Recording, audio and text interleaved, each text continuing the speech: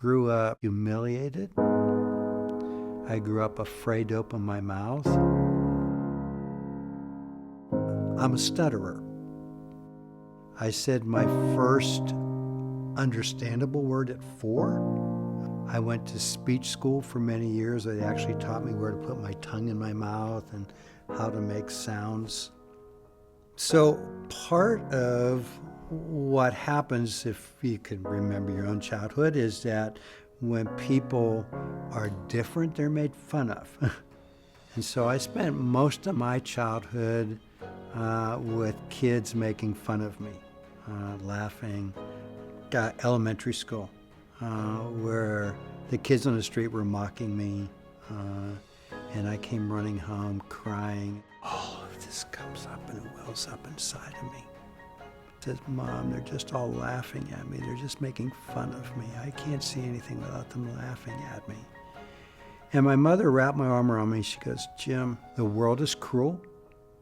It will always be cruel.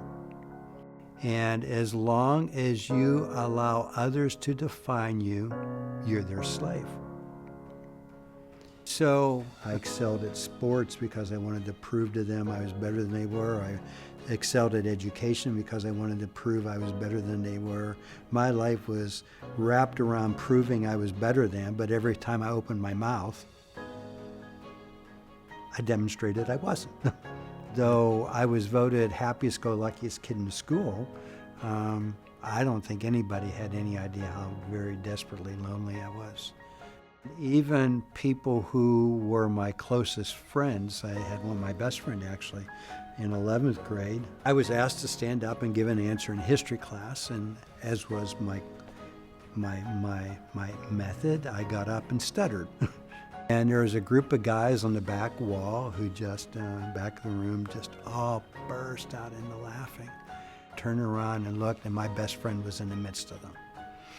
Yeah, and I really chewed him out afterwards. He says, I just got caught up, but I learned that day, it's just like, you can't trust people. I got to college. I finally got to the point where I just kind of gave up, and my best friend, the one that laughed at me, he was now into dealing drugs, and he kept trying to get me to do drugs, and I thought, oh, heck, I don't care. And started doing certain things with him, and then went looking for a guy. I heard there was a guy on my dorm floor, his name was also Jim, who was the biggest drug dealer on campus. I thought, man, I am in. And I met him in the laundry room, and I said, Jim, I heard you do drugs. And he goes, no, I don't do that anymore. I go, you don't? He goes, no, why? He says, I found Jesus, but I'm convinced that he needed saved. And so I made it my mission to save him from this. We would argue all the time, and the more I argued, the more I realized he had exactly what I wanted. He had a peace that I didn't have. He had an assurance I didn't have. My mother could tell me not to be in bondage to anybody else, but he didn't seem to be in bondage to anybody else. And after a number of months of arguing with him, I ended up giving my life to Christ. But shortly after that, Jim said to me, hey, you ought to pray and ask God to take that stuttering away.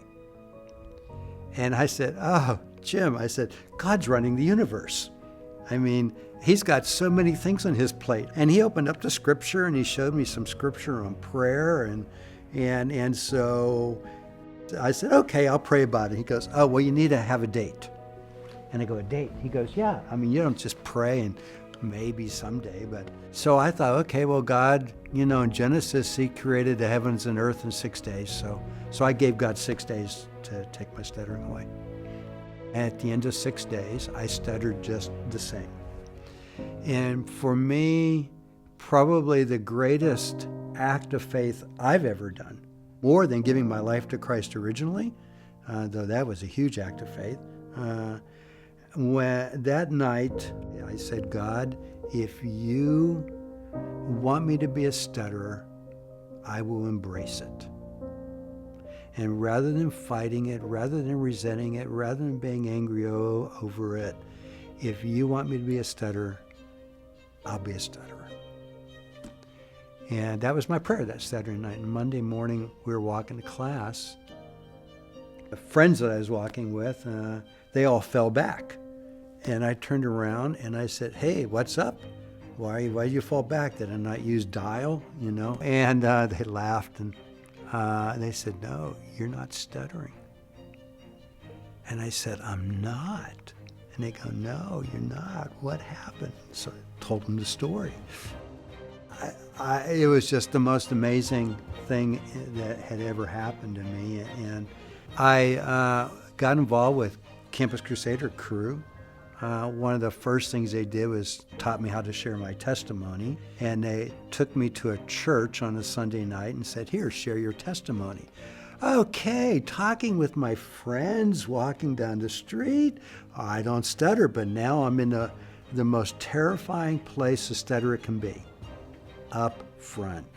All eyes looking at you. Nothing that you can hide behind. And there I was. I stood up front and I shared my whole testimony without stuttering through a part of it. And it was like, wow, God, what have you done with me? Shortly after that, Jim asked me I had a good friend, his name was Lee, and he said, "Jim, you ought to share with Lee what God's done in your life." I said, "Yeah, I should." And so I took the 4 laws. I stuttered over every word. And I thought, oh no, it's come back. And I was so humiliated. I just wanted to crawl on. We were in his dorm room. I wanted to crawl under the bed but I went through all the way the 4 laws, and I literally stuttered. It took an hour. It took an hour to go through it, and I didn't ad lib. I just was reading it. I got to the prayer, and I said, "Do you want to pray?" And I just wanted out of that room. And he said, "Yes." And I looked at him and said, "Yes." Why? He said, "Whatever has happened in your life, I want it." And I thought, and I literally said this, but I stuttered through the whole thing. How could you possibly believe in God when I stuttered through the whole thing? He says, "Your life has changed. I want what you have." And I found there were times that I still, like now, stuttered. I prayed and I prayed and I prayed, and I said, "God, please take this away. Why did you leave this?" And very clearly I heard back from God, there's 3 reasons. 1, to keep you humble. When you get too full of yourself and you think too highly of yourself, you'll stutter. When you think too much about what others are thinking about you, you'll stutter. How many of us live our lives allowing others to define us? And to come to a place where you've learned that now I have a definition. I am a son of the Most High God. I've been redeemed. I can't get bigger or higher than I already am. And I'm not defined by what others think of me. I'm defined by Him. The only voice that matters is His. The only eyes that matter are His. And so if I were to say anything to anybody, whatever your disability is, God can use you. He will reach the nations through a stammering tongue. And I came across that verse. And I realized, here I am, Mr. Stammering Tongue, who God did a miracle in my life and has given me the opportunity to travel the world, to declare His glories with a stammering tongue.